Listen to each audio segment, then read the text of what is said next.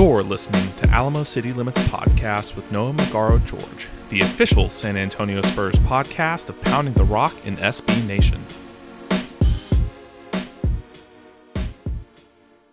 Welcome back to Alamo City Limits, the official San Antonio Spurs podcast of SB Nation and Pounding the Rock. Today, we're going to be talking about the San Antonio Spurs offseason with a very special guest. We got independent writer Matthew Tynan, formerly of The Athletic. How you doing, Matthew? I'm good, man. How are you doing today? I'm great. I'm here talking to you.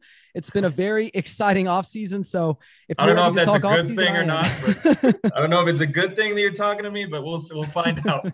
Well, I'm excited. So Spurs fans have been clamoring for Pop in the front office to make a move of any kind, whether that be on the trade market or in free agency for the last couple of seasons now. And it looks like they're finally getting their wish with what's been a whirlwind of a free agency period thus far. San Antonio opened it up by signing Doug McDermott to a 3-year, $42 million deal within the first hour of free agency, and followed that up by signing Zach Collins to a 3-year, $22 million deal less than an hour later.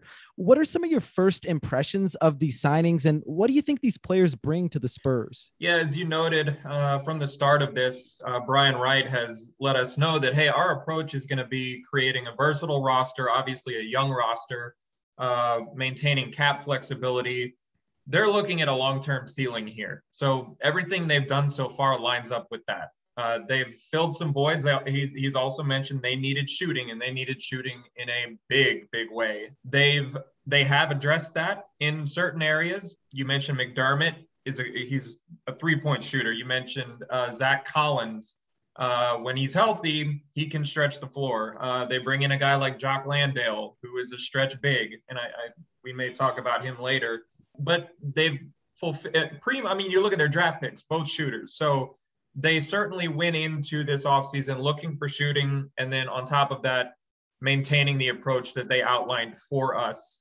Spurs fans are always going to want to go for the splash. They're tired after 2 decades plus of being spoiled with all these playoff appearances and the 5 titles and everything. It's very much an anomaly in the NBA. This is kind of what the real NBA is like, and they're experiencing that firsthand. And right now the Spurs are in a situation where timing-wise, going after the big fish isn't necessarily realistic, because they need to look at it from a long-term perspective and not just let's throw a bunch of money and prospects at a guy and maybe we have a chance at a title. They're looking at this from a perspective of, we're going to see what our young guys can do now that they have bigger responsibility. We're going to maintain cap flexibility along the way. San Antonio is not necessarily a free agent destination. So much like Oklahoma City has been doing the last few years, just building assets, building potential trade pieces or guys that just develop along the way into major players for the team. They're taking a pretty similar approach. So given what they outlined for us at the start of all of this, they have pretty much followed that to a T.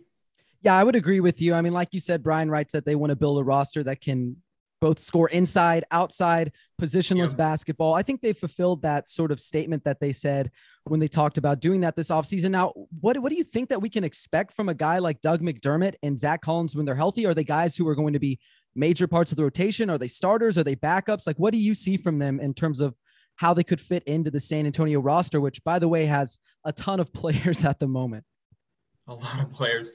Too many. I've lost track of everything that's going on. But no, I can see McDermott actually as a guy who could start. I think that he's probably, at this point, you have to at least consider that he's the projected at the 4 spot. At least he's in that conversation as a projected starter. Would not surprise me if he ends up being the starter at the 4 to start the season, considering what the Spurs lack in the front court. And also considering the type of skill set that he has that could absolutely add to what the Spurs lack in a big way with a lot of the guys that we project as being in the mix for that starting group. Zach Collins, I think that's very much a wait and see thing. The guy is still recovering from injury. I think that it would be probably unexpected to even see him at the very beginning of the season. They might have to wait a little bit to see what he can provide on the court in the future. Collins, I wouldn't necessarily project as a starter, especially in front of a guy like McDermott, but that's just for now. You know, he's a young guy who does have talent. You know, don't totally, you obviously have to acknowledge the injuries over the last 2 years, but beyond the injuries, he is a talented kid. The Spurs took a risk on him, but it's not even that big of a risk. $7 million annually is nothing in the NBA today. And you'd have to believe that given the injury history, we don't know the specifics of the contract details yet, but you'd have to think that there is either A, potential non-guaranteed money, or B, it's an incentive-laden deal. So regardless, I think the Spurs are taking a little gamble on a big upside type of guy, not any sort of superstar or anything like that, but a dude who can certainly, if his talent plays out the way a lot of people saw it playing out, it could be a really big steal for that price tag. But at this point, I think the McDermott is the guy. When you look at all the free agents, all the signings, draft trades, what have you, I would say that McDermott is the guy that I would probably say has the leading edge in terms of being able to start at this point. Yeah, I would agree with you there. McDermott not only shot the ball really well, he's been a career, I believe, 40% three-point shooter, but he also finished in the top 10 percentile in cutters last season in terms of points scored. He finished around 68% of his shots at the rim. So he's a guy who moves well without the ball, which is only going to be good for guys like DeJounte Murray, Derek White, Lonnie Walker, those guys who project to have a more on-ball role this season with DeMar DeRozan gone. And we'll get into DeMar DeRozan later. And as far as Collins, there's a reason he went 10th overall in his draft. And unfortunately, he's had 3 surgeries on the same foot in the last calendar year. Hopefully he does end up working out. It certainly is. Yeah. It certainly is. And so I hope he really works out, but I kind of want to move on to Jock Landale. He's interesting. I don't know if you got to catch him yesterday in the Australia-USA basketball game. I watched him a little bit when he was at St. Mary's. I watched him a little bit when he was playing for Melbourne United, but I would love to get your opinion on him as a player. And do you think he has a chance to, unseat Collins or Drew Eubanks really as like that backup center? Because I can't see him starting in the NBA. No, I can't see him starting, but yeah, I mean, I think that I think right now the Spurs roster in a lot of different areas is kind of a free for all. Like there are very few guys that you're like, this is the guy at this position for the long haul. Maybe with the exception of a guy like Jakob, I don't see anyone challenging him for the starting center spot at this point. You know that either DeJounte or Derek are going to be in the starting lineup, if not both of them. But then the rest of it's all sort of hey, who's the best available? Who fits the best in that starting unit together? But what Jock provides the Spurs is he's got international experience. The guy he's accomplished what he needs to at that level overseas. 25 years old, I believe. Like the dude has been around. He has experience. Pop obviously very much values that. The Spurs as a whole value that. He offers a skill set that the Spurs need. He's a guy that can stretch the floor, but at the same time, he's not just a perimeter guy. Like the dude can play inside and he's not a stiff. There are certain numbers that I think translate to the NBA no matter what level of basketball you're talking about prior. And that would be shooting, because the hoop doesn't change sizes. It doesn't change heights. And then rebound rates. And he is a really solid rebounder, which is an important thing, especially with the Spurs looking a lot smaller than they have in the past. They're gonna need guys who can rebound. So I do think he has 2 valuable skill sets, or his skill set is comprised of some valuable elements that the Spurs are going to need. So we talk about the backcourt being crowded, but right now on paper, unless they make other moves, the front court is pretty crowded too. It's getting there at least. I mean, talking about Thaddeus Young, who spent a lot of time at the 5 with Chicago and clearly has played 4 in the past. And then Al-Farouq Aminu, who's basically a 4 at this point in his career in the way the NBA is going. So, and we've already talked about McDermott and Collins. So, and then there's Eubanks. He might actually end up being the odd guy out again, but there's a lot of competition on the Spurs roster right now. And they absolutely want it that way. But Jock provides, not only is he healthy, we talk about the Collins angle, but the thing that he offers that those other guys don't is a consistent 3-point shot, He's got size. He's 6'11", 250, 260. So he's a big dude with a knack for grabbing rebounds, pretty decently athletic, actually. So, I think he is a guy with a skill set and experience level that certainly provides him an opportunity to make an impact with the team. But again, depth, competition, we'll see how it goes. Yeah, I pretty much agree with you there as well. I mean, he played for Partizan, he played for Zalgiris in the Euro Cup, the Euro League. So for people who just want to look and say, oh, well, he dominated the NBL, which is sort of a league that gets looked over, I think it produced a guy like LaMelo Ball, it produced a guy like RJ Hampton, even Josh Giddey this year. And I know the bigs in that league really aren't up to standard with the rest of what you see in Europe, like in the Liga ACB and the Turkish Super League, but it's a good league. And he's proven that he can be a really valuable player in those other leagues. So I like what he brings to the table. My concerns for him is he's not really going to be able to guard in space, but then again, there's not really that many backup level bigs who can guard in space. So that's not even really like a major concern for me. I was going to say, if you're getting into that, like you're talking about guys who are typically going to be in starting lineups in the NBA. It's difficult to find those big dudes, especially at his size, who can guard in space. He'd probably be making more money if he could do that at this point. Absolutely. Yeah, he definitely would be making more money if he could do that. He would probably be a starter. But let's move on to Brent Forbes. We know that they signed Jock Landale. We don't have the specifics for how much money, and the same thing goes for Brent Forbes. We don't know how long the deal is or how much he's going to cost, but we do know he's making a reunion with the San Antonio Spurs, and that made waves across the fan base. If you were on social media, I'm sure you saw it. There were plenty of people who were losing their minds over the Forbes signing, but I don't really think it's that big of a deal. I mean, what do you think of this signing? How will he play into their plans going into the next season? It seems a little confusing to me, but at the same time, I could see this just being a depth insurance move at this point, given what they know about Brent Forbes.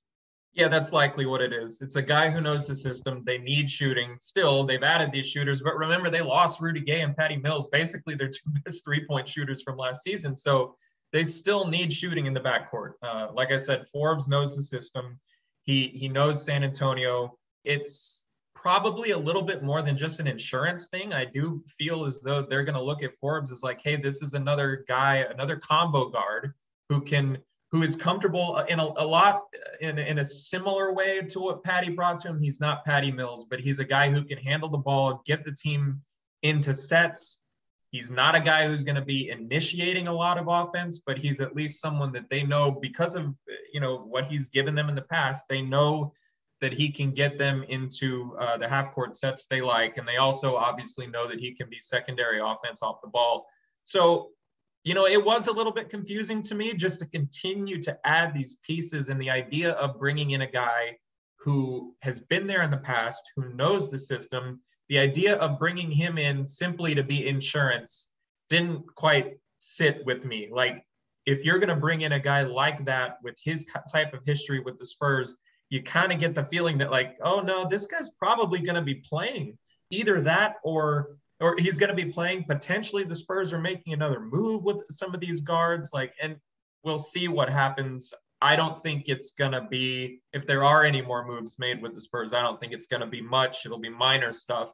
But no, I do think that he's probably going to be more than just insurance, because none of those guys, especially when you're talking about DeJounte, Lonnie, Keldon, like these are guys who show flashes of being able to shoot the three, but it is far from consistent. And when you look at the additions the Spurs have made, a lot of their shooting, if we're kind of looking at Primo as a guy who's likely not going to play much at all this year in San Antonio at least, Wieskamp, he's going to be another guy looking on from the outside looking in and probably looking at more time in Austin than anything. So you're talking about them, they're going to need shooting in the backcourt. They're absolutely going to need it. So I think Bryn is just going to be able to come in and sort of seamlessly play a utility role. I don't see him as a major threat to any of the young guys' minutes, because I know how Spurs fans want their young guys to play, and I don't really think you're going to have to be too scared off by Bryn Forbes' presence with this team. I think that he's a guy that you're looking at playing, in the mid to high teens. Even if he gets to that point, like you're talking about a guy who's going to play some spot minutes, like maybe between the first and second quarter, third and fourth quarter, or if he's hot, maybe he's going to be in there situationally for his shooting. So I do think that Forbes is just going to be mostly a utility guy, a situational guy. I don't think he's going to be someone who's going to drastically cut into the development and the minutes of the young core that the Spurs have right now. But I do think that he's going to be a contributor. I don't think they'd be bringing him in if they didn't plan on him being that. And if I could also offer just another idea that I don't really think that Brent Forbes is going to be less effective in San Antonio. Like when I think of his situation in San Antonio, when he was last in San Antonio with the Spurs, he played in a lot of lineups where he was playing alongside Marco Bellinelli, alongside Patty Mills. Sometimes all three of them were on the court at the same time. Great defensive He won't team. have that this year. He will not have that. No. So he's going to have guys like DeJounte and guys like Derek and potentially Devin Vassell, Jakob Poeltl, guys who can sort of mask his weaknesses. Now, I know it's hard to hide someone at this point in the NBA, but I don't really worry about how much his defensive deficiencies will hurt the team, because I think there will be other guys who can sort of pick up the slack, because I think they do have some good defenders on this team, really good defenders. Yeah, I mean, that's one of the things when you're looking at the transition from Gay and DeRozan and Mills to the young core. You're expecting an upgrade defensively. You are. And some of these guys haven't totally shown that they're good defenders. Lonnie, you think the potential's there, but he just hasn't been a good defender for whatever reason that is. He just hasn't been. So, and obviously guys like Vassell didn't get a ton of minutes. He clearly has defensive potential. That's obvious.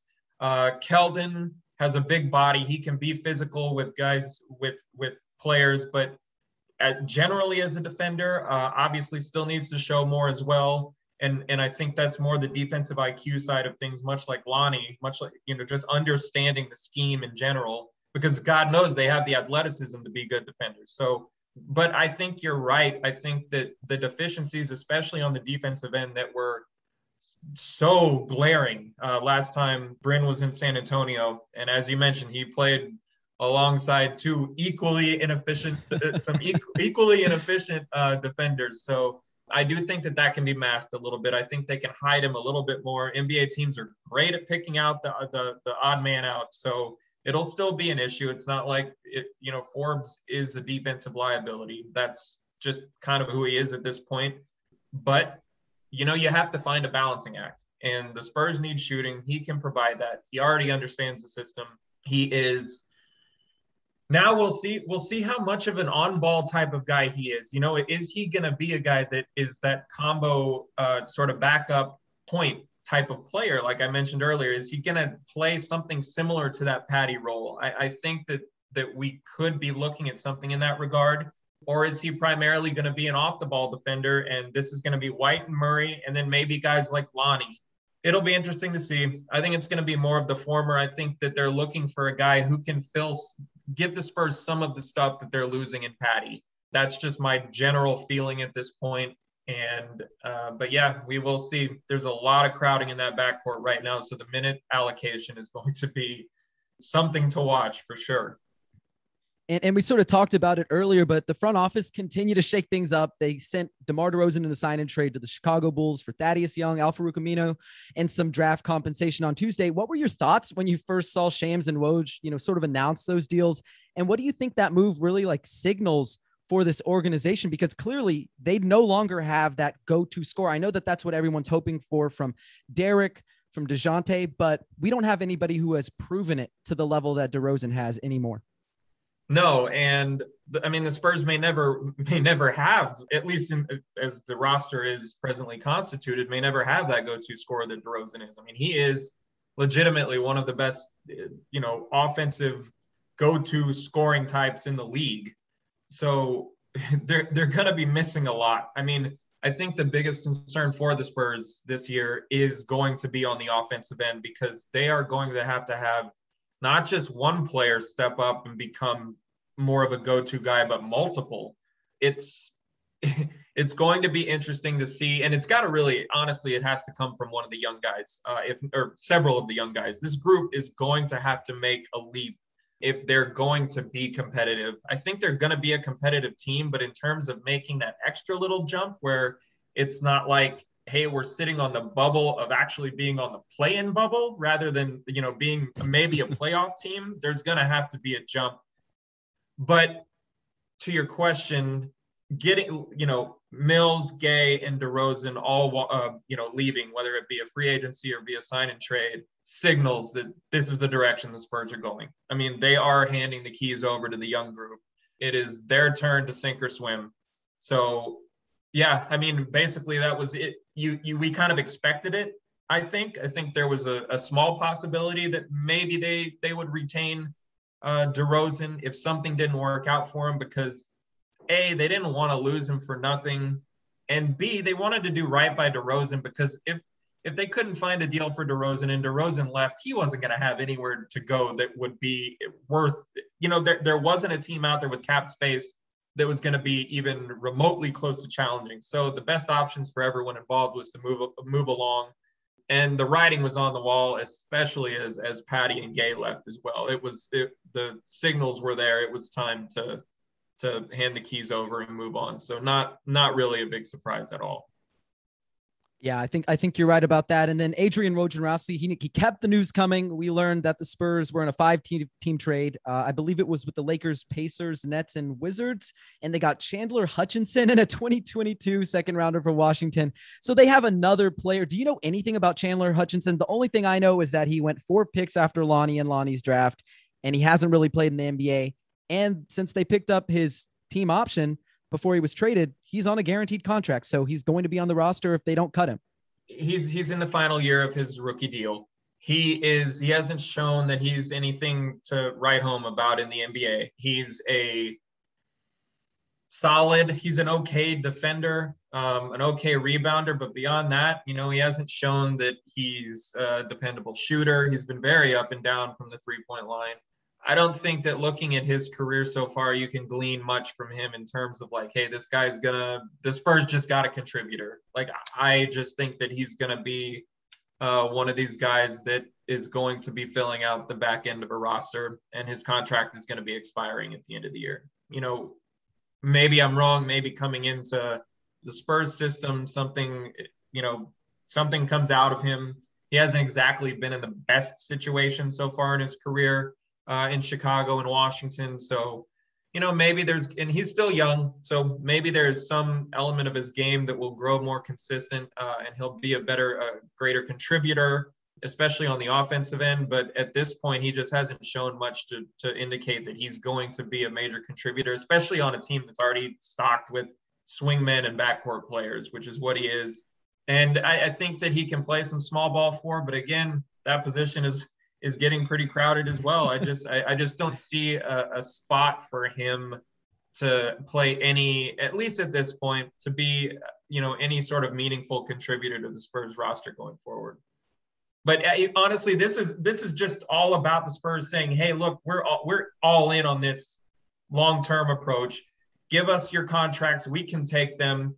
Give us a pick for nothing. I mean, they gave up Milutinov, but he's just, obviously he hasn't been part of the Spurs plans and kind of doesn't seem like he's going to be. So, essentially they're getting a second round pick and the last year of a guy's contract, a cheap contract at that, for getting a second round pick for basically nothing. So at this point, the Spurs are just, like I said earlier, they're stockpiling assets. And that's one way to do it. Just say, hey, we're available to take a phone call if you guys need to unload something to like help facilitate this ridiculous trade that all you 5 teams are trying to make. So, or all you other 4 teams are trying to make. So it's, I don't think it's anything much more than that, them trying to help facilitate a trade. Yeah. And Hutchinson was sort of an older rookie coming into the league. Like, he was a 4-year college player. I think this is his 3rd season, or it's going to be his 4th season. So guys who take that long to really find their footing in the NBA and are older, I feel like they lose their value pretty quickly in the NBA. So would you be surprised if he wasn't on the roster at all? Like, if they cut him, or do you really think that he could be sort of just an end of the bench guy? I mean, I guess I wouldn't be shocked if they bought him out. No, I think that you have to look at the fact that he's got a guaranteed deal, and they do have other options where they have either non-guaranteed contracts or partially guaranteed contracts if they need to cut down, and they obviously are going to need to cut down. But I just think there's sort of this glob of guys that it's way too early to make any decision on, who's going to be going. who's going to be, the odd men out, so to speak. So I think the Spurs are just going to wait and see what they have up until the time that they have to make these cuts. And but no, it wouldn't, just because he has the guaranteed money. It's not some major hit. I would say that it's going to play a factor, but if they like a guy better than him and that other person is partially guaranteed or non-guaranteed, I don't think they would have any issues with letting Hutchinson go. But the guaranteed money certainly plays a factor in all of that. And let's go ahead and talk about the roster, because after all these moving parts, they've sort of got a really crowded roster just in general. As of right now, they have Josh Primo, who once he signs that rookie scale contract, he'll be on a guaranteed deal. But then you also got Devin Vassell, Trey Jones, Keldon Johnson, Luka Šamanić, Lonnie Collins, DeJounte, Jock. I mean, Jakob, Derek, Bryn, Doug, Al-Farouq Aminu, Thaddeus Young, Chandler Hutchinson, all guys who project to be on NBA contracts. Plus you got Drew Eubanks, whose partially guaranteed contract becomes fully guaranteed for the 21-2022 season if they don't waive him by the 19th. That's already 17 players on NBA contracts just right there. And they certainly have a few more guys that we haven't even talked about. Do you feel like there's still maybe a move? I know you kind of talked about it a little bit earlier, but do you think there may be another move or two in here? And I know you said they wouldn't be significant, but certainly it feels like there has to be something done, because you're right. They're either going to have to cut someone and just sort of eat that money, or two, they're going to have to trade someone and make room elsewhere, because they still have guys like Joe Wieskamp, Keita Bates-Diop, and Daquan Jeffries. So those are guys they have to make decisions on as well. It wouldn't surprise me if there was a small deal. Just, if anything, just deals that consolidate and maybe bring in a piece that fill in the gaps, if you will. If they feel like, we have too many guards and swingmen, wing players basically on the roster. Like, let's take two of them and bring in another big, or whatever it might be. Just something to consolidate and fill in, plug in some gaps they may feel they have. But again, like I said, I don't see anything big other than moves that might be able to help consolidate what they already have. But that isn't guaranteed at all. I mean, they could just take this roster the way it is and then make the cuts when they need to. It's not like it's going to be it's not like any of this is going to be all that consequential, right? I mean, in the long run, no matter what they do, if it's a small trade, if they decide to let some of these guys go, really in the long run, it's just not going to be that consequential for them. These aren't guys that any of us, I mean, obviously, like, Wieskamp isn't going to be in that conversation, but the rest of them at this point, I just can't see it being much more than, if there is a small deal to be made, go for it. But other than that, those guys are going to be free agents at some point, and the Spurs aren't going to be not really going to be facing any consequences because of it, to be frank. Yeah, no, I totally agree with you that there really aren't that many consequences, especially when you get that far down the roster with those kind of guys. But like I said, there are 17 NBA contract guys. You can only have 15 of them, and two two-way contract guys. I think the candidates for that are easily Joe Wieskamp, Keita Bates-Diop, and Daquan Jeffries. Who's the odd man out of there? It kind of feels like Daquan Jeffries for me. I know he's part of their summer league team. I don't really think he's shown that much. To be fair, it's only been a few summer league games, but it kind of feels like they like what they saw from Keita Bates-Diop. I liked what I saw from him last year, and Joe Wieskamp is their second round pick. So kind of feels like they want to get him into the system somehow. Yeah, if you're looking at those three, I think Jeffries is the odd man out. I think it's easy to see why. You just outlined them.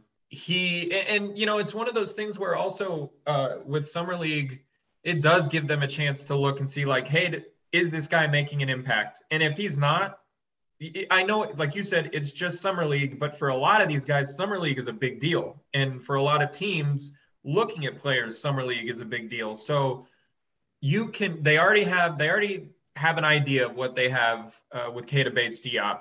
They're going to be keeping Wieskamp. So we can probably put him, if we're looking at those three, you can pretty much go down to two guys, Keita Bates-Diop and Jeffries. And I think that in this case, they know what they have in Keita Bates-Diop, and Jeffries is going to be the odd man out. Unless he makes, unless in Vegas he does some special things that really catch their eye. The Spurs have shown in the past that if players jump off the screen to them pretty quickly at Summer League, they'll offer a deal. I mean, they've done it before, but so will other teams. Like, remember, it's not just the Spurs looking at the guys on their roster. It's every other team in the league. They're all watching every single Summer League game because they can swoop in and offer a guy a contract, the night that they just watched him in a Summer League game. So too long didn't read version. I would say that Jeffries at this point is the front runner for odd man out, if that makes sense. Front runner for odd man out. Congratulations, you win. You're gone. But yeah. I also sort of wanted to talk about the players who have left the roster. We saw Gorgie Jenks sign with the Atlanta Hawks, Trey Lyles sign with the Detroit Pistons, Patty sign with the Nets, and Rudy Gay sign with the Jazz. And I want to talk about three of these guys in particular: Patty, Rudy, and DeMar. Guys who have been veteran backbones of this team for a very long time. What was it like covering those guys? What was it like getting to know them as people? And what do you think the Spurs are sort of losing? Because they are valuable players in their own right. What do you think they're losing in terms of, leadership, playmaking skills? What are they losing when those guys are heading to other teams? I mean, well, I think that, look, all three guys were obviously just consummate pros, all three guys. I think that clearly of the three, Patty is the one that stands out when it comes to his impact with the Spurs. 10 years with the Spurs, which is just crazy. I mean, the lockout season, he spent time in China and Australia and signed with the Spurs in March of that year. And it was just kind of one of those, hey, oh, here's Patty Mills. Like, he's actually kind of a fun player. Let's see how this goes. Like, an interesting signing. Couldn't have imagined that 10 years, that was the first year I started covering the Spurs. So like, I could not have even imagined, and looking back when he was signed, I couldn't imagine that it would have become what his career, his legacy in San Antonio would become what it has. The dude was a pillar in the locker room, on the floor. His role became synonymous with the Spurs. I mean, the role that he played with them, his impact, he was, like I said, pillar in the locker room, pillar in the community. He bought into the Spurs culture wholeheartedly, not just from a basketball perspective, but from a communal perspective, from a leadership perspective. He was hugely impactful. And I think, like, to the point that I think that it's likely his jersey is going to be retired in San Antonio. That would be something I'm sure would be up for debate, but considering the impact that he made in so many ways, not just on the basketball court, it would not surprise me at all. I think it would actually, I believe that it will happen. The other guys, they certainly didn't have the tenure that Patty had. They came in very different circumstances. DeRozan's being the most difficult, and considering the circumstances of DeRozan's arrival in San Antonio, that dude was nothing but great for the Spurs. He handled an incredibly difficult situation, not just for him, but like for the Spurs organization, for the Spurs fan base. Like, this is a guy who didn't want to leave Toronto. He never knew he was on the trading block. Like, he planned on playing alongside his great friend Kyle Lowry and continuing to try and win in Toronto. And suddenly he's tossed out the door to San Antonio, to a fan base that's hugely angry with the guy departing, who's obviously, because DeRozan's in the trade, they're going to try to hold him up to the standard that they put on Kawhi. So it's just this horrible situation to look. And these guys, you can't complain. They're getting paid a lot of money to do this job, and all of that stuff, I understand. But there's also the human element of this. And he came into straight up a difficult situation and was nothing but professional. From the coaching staff to the young guys to everyone along the way, just always raved about his leadership, about the way that he would talk to the young players, help them prepare and teach them how to prepare for games, how to utilize practice, how to train in the offseason, all the little things that people don't really see behind the scenes that are super important when it comes to having veteran leadership on young teams. He, along with Rudy and obviously Patty, they filled those roles perfectly for San Antonio. They did exactly what they asked of them. And not just that, but they contributed, greatly on the floor.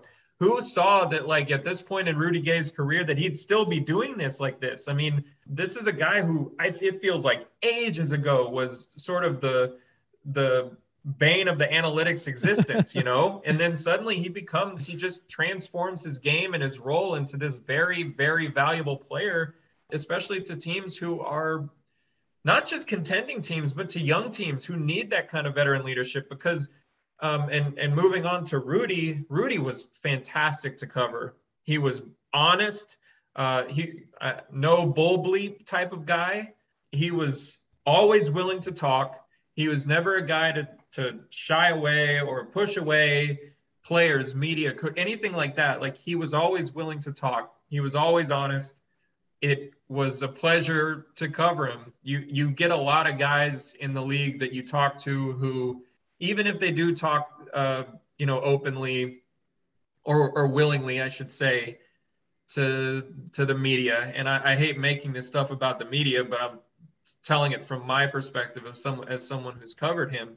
Like, a lot of guys give canned answers. A lot of guys give cliche answers. They want to get in and out of the interviews. Rudy was never like that. Rudy answered questions as if they had been asked the first time. A lot of times, like, he was just very professional and open and honest with everybody along the way. And that was just cool. You really appreciate guys like that along the way, because they're not all that common.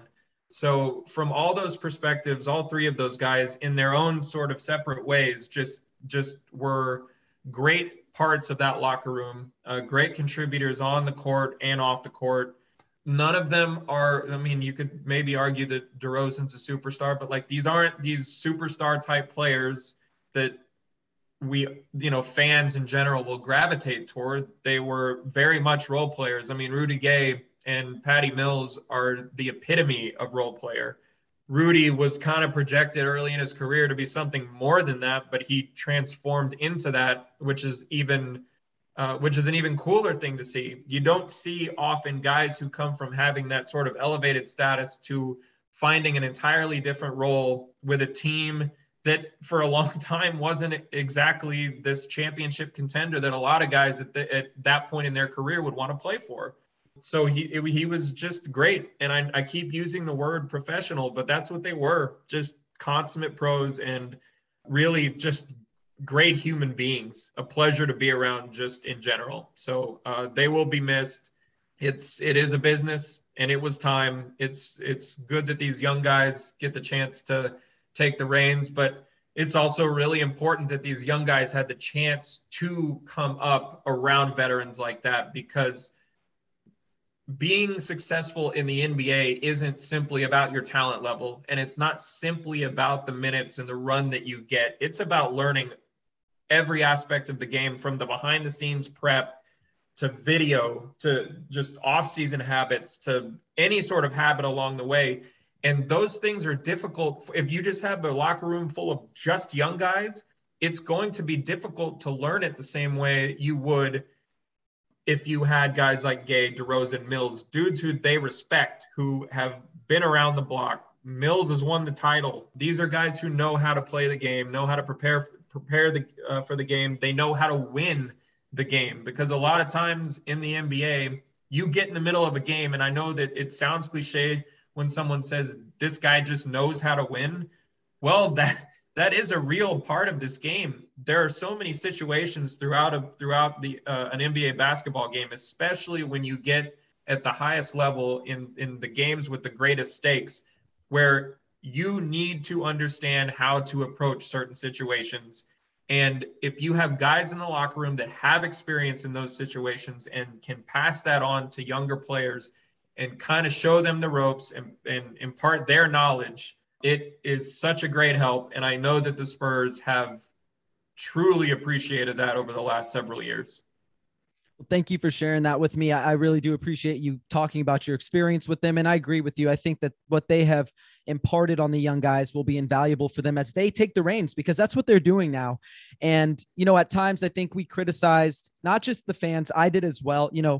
Rudy wasn't doing XYZ, or Patty wasn't doing XYZ, or DeMar wasn't doing XYZ. And I think If I have to be 100% honest, I think sometimes they were put in a position that wasn't all that beneficial to them. They were asked to do more than they were probably capable of. DeMar is a fantastic player, but I think we've known for a while he cannot be the number one, option on your offense, especially when he doesn't have a genuine number 2, number 3 alongside him. Rudy Gay is someone who took a lot of offensive responsibilities, had to create at the end of shot clocks when they just ran out of options. Patty Mills is a guy who got a lot more shots, a lot more touches, especially at the end of last season when he didn't have that much rest. He was clearly tired. So all 3 of those guys I'm very appreciative for. It's a shame that as I'm coming into this industry that I never got a chance to talk to them. So I appreciate you talking to me about that experience, because that is something that I look forward to in my career later on with these young guys as they grow. And I think it's just valuable to learn and for Spurs fans to hear it, because these guys, like you said, are human beings. They are human beings, and, they're emotional. They feel just like us. And I know that they're making millions of dollars to play a child's game, essentially, but a lot of people care about that game. A lot of people care about this team, and they care about their careers as well. So I really do appreciate you talking about that in particular. So before I let you go here, I just wanted to ask you one more question. So when you're thinking of General Manager Brian Wright's vision of this positionless roster with the ability to play both in and outside the 3-point line, do you think he's accomplished that this offseason? And, what are your feelings about this team moving forward? Like, what do you think they've positioned themselves to do? How optimistic are you about them, making strides in the next couple of years? Well, like I said, I really do think that they've followed the outline of an approach that they entered with. I do think that they've created a more versatile, more flexible roster, not just from the basketball perspective, but from a financial perspective. But, he talks about positionless basketball. That doesn't mean, even though, Spurs fans might joke that we're just, building a team full of guards, they went out and they brought in the McDermotts, the Collins, the Thaddeus Young, the Al-Farouq Aminu. Who knows how long 2 or 3 of those guys are going to be part of this team, but who knows? They could be around for several years. Obviously, Young and Aminu are both on expiring deals, so we'll see what happens there next season, and obviously we'll see what happens this season. And there's always a potential one of them is traded or something like that. But I do think that they created a pretty well-rounded roster at each position. I think that they're not going to be lacking for depth necessarily at any position. Whether or not those guys are actually good and this thing all works out, sure, that remains to be seen. But on paper, from a roster building perspective, you can see the vision sort of playing out. And then, well, I think that first of all, that for the first time in 3 years, like for the first time really since the Kawhi Leonard trade, I think we finally have an idea of where the Spurs are going. Because when they brought on DeRozan, they planned on building a title contender around Kawhi. When they were pressured into this situation that they had to trade Kawhi, otherwise it was just going to be a complete disaster, they tried their best to bring on another dude who would be able to, in their eyes, hopefully keep them in that running to be able to contend. I think that if you put any of them on truth serum, that obviously, maybe you wouldn't even have to do that. They probably already knew that when they're bringing in DeMar DeRozan and Jakob Poeltl for Kawhi Leonard, that's just a huge hit to all their plans. It's going to affect them going forward. I mean, you also have to think about the fact that, hey, we built this roster to be able to contend. I mean, you have LaMarcus Aldridge on the books as another, max level guy on this team. So it wasn't exactly like they were just going to be able to tear it down immediately. There was some planning that had to go into this. And then, the rest of it played out. Clearly, they weren't a title contending team. It felt like there was a stagnancy period where it's like, so are they going to try to get rid of these deals now? Are they going to try to wait this out, draft well? Hopefully these guys develop and maybe flip something for some assets or a better player, or are they going to tank it? Like, are they going to go full rebuild? It was just, I think that there were a lot of questions over the last 3 years. And now we know what they're doing. Like, we haven't, like, okay, this is the path. They are looking long-term ceiling. You look at the Primo pick. You look at the fact that they cleared enough space to go after a max guy. you know, a lot of fans are like, why didn't they make this trade or sign this guy? Look, 90% of the stuff that goes on behind closed doors, more than that, never sees the light of day. Like, just because a move doesn't happen doesn't mean they didn't try, doesn't mean they didn't discuss these options, doesn't mean they were on the phone with teams constantly about this stuff. It just didn't work out. And that could be a money thing. And it sounds like with Markkanen, he was looking for more money. Collins, they cleared, it was no coincidence that between the Zach Collins and the Doug McDermott contracts, it put them right at the max slot remaining in their cap space. That's no coincidence. That's not an accident. They were trying to get something out of that. It didn't work out. And, you know, you look at John Collins, I think that most people in the know felt that Collins would be re-signing with the Hawks all along. The Ben Simmons stuff is really interesting. I don't know where that's going to go from here. I honestly I have no clue. I kind of feel like if I had to forecast that, I don't think the Spurs are going to be in that mix, but who knows? They could be, and it would be a very interesting pick. It would kind of go a little bit against what I think they're doing at this point by suddenly trading these guys away, even though Ben Simmons is a young guy still on contract. Like, I get all that, but it still would be really, really interesting if they did that. But no, I think that, yeah, I think that there is a vision that's outlined now. Like, I think that there's a runway, there's a path that you can tangibly feel and see ever since the Kawhi deal. So in that vein, I think now that Spurs fans can kind of grasp, like, okay, here we are. Like, it's not just going to be this up in the air frustration for a lot of them that it has been the last 3 years, not really understanding what they're doing, kind of pulling in all different directions. Now this is what you have. This is the layout. So obviously, pending any major deals that could happen that I don't feel like will happen, but you never know.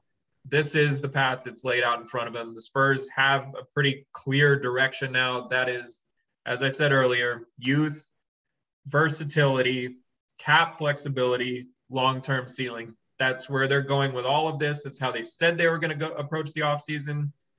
And they've, like I said, followed that to a T thus far. Well, thank you so much, Matthew, for sharing your insight with me and taking time to sit down with me. Before I let you go ahead and let everybody know where they can follow you on social media, where they can find your content, anything that you're working on right now. Sure, yeah. Right now you can find me at matthewtynan.substack.com, as well as on Twitter at Matthew_Tynan. Yeah, that's the best place to find me right now. There might be some more coming and in the works before the season starts, but those would be the best places to find me. And I appreciate you having me on, man. Well, thanks again, Matthew. And thanks to everyone who tuned in for this edition of Alamo City Limits. And for those of you listening at home, make sure to subscribe and leave us a 5-star review on Apple Podcasts, Spotify, or wherever you get your podcasts. We've got a fantastic staff of writers over at Pounding the Rock who do an amazing job of keeping everyone up to date with their favorite team. So check our stuff out. But until next time, Spurs fans, take care.